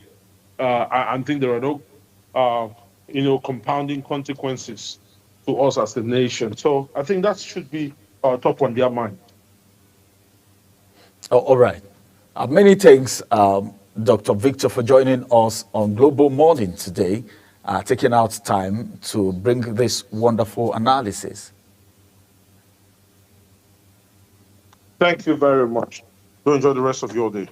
All right. Have a wonderful day. Many thanks once again for joining us.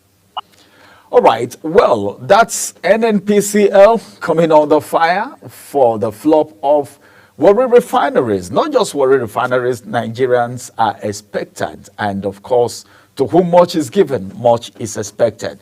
Let's go on a quick break. When we return, we'll look at some of the things happening in public examinations. What is the difference? What happened? Why are we having these disparities? Why is the rise and falling? Have you studied the graph of the performances of our students in public examination? We'll have an expert, a professional, talk to us after this break, and that's going to be the second discussion. We'll return after this break.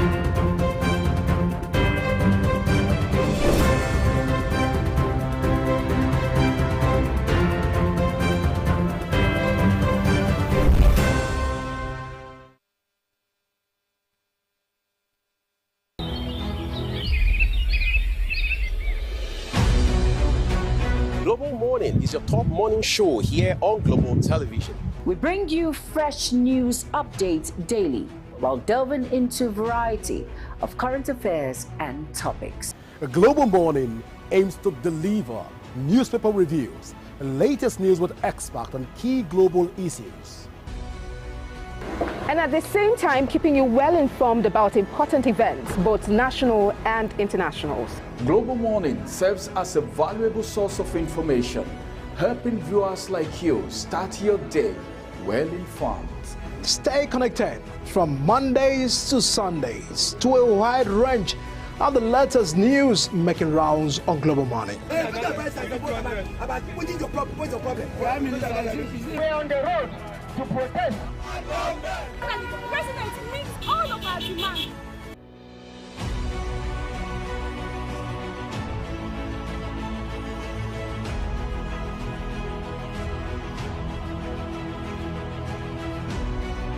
This is Global Morning.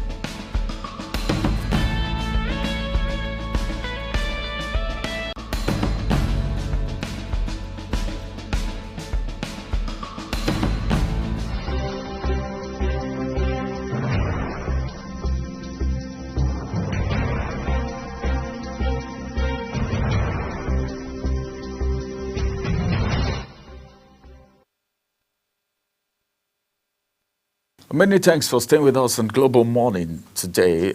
This is the second discussion. It has become worrisome, all right, looking at the dwindling nature of student performances in public examinations. Let's take, for instance, JAMB. Let's look at JAMB from, let's say, the year 2010, coming down to 2025, where we are right now, or let's look at other public examinations. But today we'll be looking at JAMB. This recent JAMB, we heard a lot of complaints from students, from parents, and all of that. And this has become a problem. We need to address this situation. Let's know where the problem is coming from. Is it from the federal government? Is it from the Ministry of Education? Is it from parents? Is it from the students themselves? Joining me on the conversation is an information professional and a public affairs analyst in the person of Agunloye Olamilekon. It's good to have you join us on the program today. It's my pleasure being here. Well, the dwindling nature of students' performance in public examination is becoming worrisome.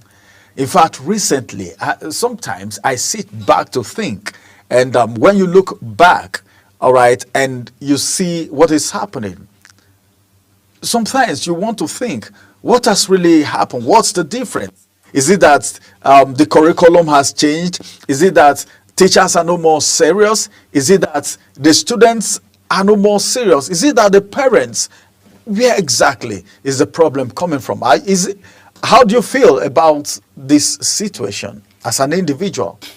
Well, the end product is always not the point where we should be looking at the blame. A child has malaria, and you are sure it is malaria, then it is not the body temperature that should be the issue. And we know that before the body temperature began to rise, a lot has changed in the body system. Perhaps it's been a mosquito bite, or one form or the other, there is a virus within the body. The virus would have interacted with the body system before it culminates into affecting the temperature regulating system of the body, such that the temperature will begin to spiral out of control. So when you come to the education sector, I think that a lot is wrong. And I will say that the principal driving factor today for everything that is wrong with our education is that over time we have merchandised education. From cradle to gray hair, everything about education in Nigeria has been merchandised. So and once you merchandise a product, profit taking becomes the primary thing. And so you lose the value that should have been inculcated in the system. So whether it's the private sector, it is even the religious sector, or is it the public sector, education across board has been merchandised. And once you do that, it becomes a product for sale. It becomes a product where you charge premium. And so you will see that across board, there is no coordination. Or we'll say the coordination is not effective enough. Because maybe if you say there is no coordination at all, perhaps government will tell you no, because there is Ministry of Education and people are getting paid. There are different education boards and people are there working. But how do we get the schools and the centers approved? Who is monitoring them? Who is evaluating them? How are we ensuring standards? In this same system, some people tell you, oh, we are using American curriculum in our own school. That one is doing British Montessori. This one is doing Indian Minini. So in the end, where do these people get approval? What is the standard that you expect of the Nigerian child? Is it the American standard? Is it the British standard? Is it the Canadian standard? Is it an Australian? No, there's so much confusion. And so the center should be able to stand its ground. This is what our curriculum say. This is the pattern that we intend to run. And when we run this pattern, these are the outcomes that we expect. Now, if you chose to do anything different, maybe as a side work, then we know that you are teaching the student the standard and they know the difference between the side D and the main thing that is expected of them in the Nigerian system. I think it was my daughter that was telling me maybe 2 years ago that our friends will likely not pass English. I said, why? He said because majority of them don't know the difference between the American spelling and the Nigerian spelling and the British spelling. So it means that when they write essays, they are likely not going to do well. Of course, when the result came out, she got an A. But majority of her friends couldn't make credit. And she told me before the results were out, even though before the exam, that she discovered majority of them does not know the difference between the spellings. How did they got into that trouble? They have gone into primary schools that have taught them things in the name of being in vogue that is different from what they should know. If you are going to teach them, make sure they are not confused. But we've got too many people in the system who are definitely confused. But then, in the same school, how was she able to make it and others in the same school couldn't make it, all because they came from different... they came from different primary schools. And so for a number of them, their tenses and their approach to English had been developed at the early stage. Possibly some use what they call the Queen Premier and some other stuffs like that. But some others don't even know those material are in existence.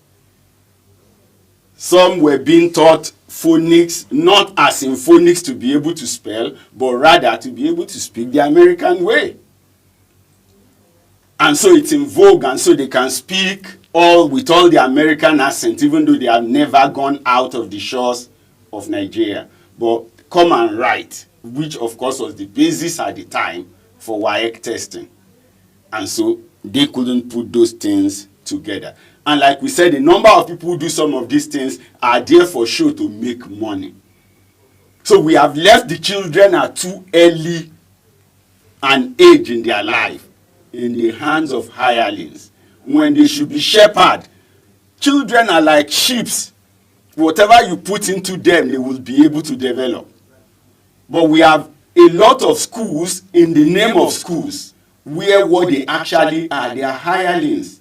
They are just there to profiteer with the children, using their parents, using the gullibility of the parents and the inordinate desires, things that do not align with the outcomes of the future that the nation expects.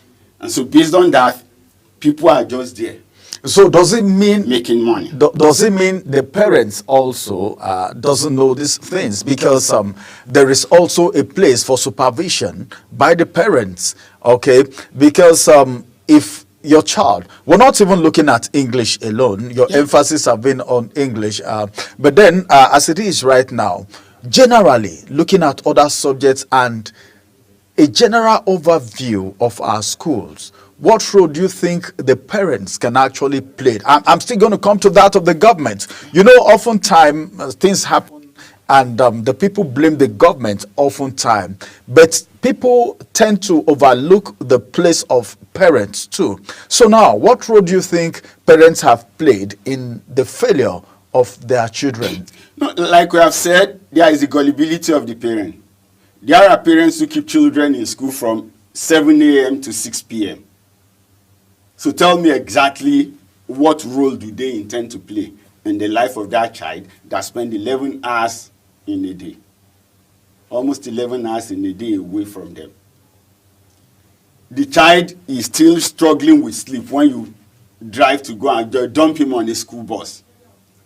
By the time you are picking the child at 6 o'clock, or they are dropping him at home at 6 o'clock, tell me what is left apart from the child to eat dinner and go to bed. Some parents don't even care whether their children's assignment, homework are solved or not. Now, there are people who believe that you can, we have the culture of a lot of people believing they can throw money at everything. Child development is not what you throw only money at. You've got to throw effort. There are times when things are wrong, and in some of the schools that my children have been to, and then you go there and it's like you are the only parent complaining that maybe there is what you call, is it the daily, something like a diary, the children are meant to feel. But you realize that other children feel it and their parents don't even go through it. Sometimes some children have to sign on behalf of their parent. When security were issues and they put register at the gate that parents who bring the child should sign. I see children coming into that point to sign for themselves why their mothers never got off the car. So a mother that can't even get off the car to come and sign register that I brought the child, but making that child, I told them in one of the PTA meetings that this is insubordination and you are teaching these children wrong thing at a tender age. If a child of 7, 8 is signing for the mother, you are already teaching that child to lie. Because that register was parent register, not children register. There is no one supervising the signing. Well, even if the security man complains, of course, he doesn't want to lose his job. So he doesn't want to be seen as harassing a parent. So even when you complain at the PTA meeting, there are some parents who think, maybe they saw them. They saw you, but you are supposed to be the one administering that time. Cards were printed for parents, not for children. So you are supposed to say, okay, my card for bringing this child is card number 50. You write, you show the security man, you write it and you sign. And when you come back to prick the child, that same card 50 should be flashed before you sign out that you have taken the child. But no, those registers are well filled. But those processes were never followed. These are private schools, not even public. So you imagine if you decide to do the same thing in public school, what will eventually happen? Because in the private school, the population are not too large. Then you now talk about the public school where the crowd is mammoth. All right, now that you've mentioned public school, let's look at the dwindling nature of student performance in public examinations. Let's take, for instance, the UTME. Let's take from a reasonable time to now, I think 2022, we will see that displayed. And of course, let's look at the performance. What really happened? We're talking about JAMB here. Yeah. Yet here we have different complaints. As far as I can remember, there have been different complaints coming from either students or parents. A parent had called us on our global television here to complain about the fact that the daughter also went to write exam and there was no network and they were not given enough time, they didn't write, and so many complaints. All of this, does it play roles in the performance of this student? Because the UTME, if you see the percentage, I think the technical people will display it for us on the screen. If you see the performance, see the percentage, you see how it's reducing. It's reducing from 2024 and 2025. We have the least percentage. So is it the economy, or is it the parent, or is it the Ministry of Education? Is it UTME, JAMB itself, that the problem is coming from?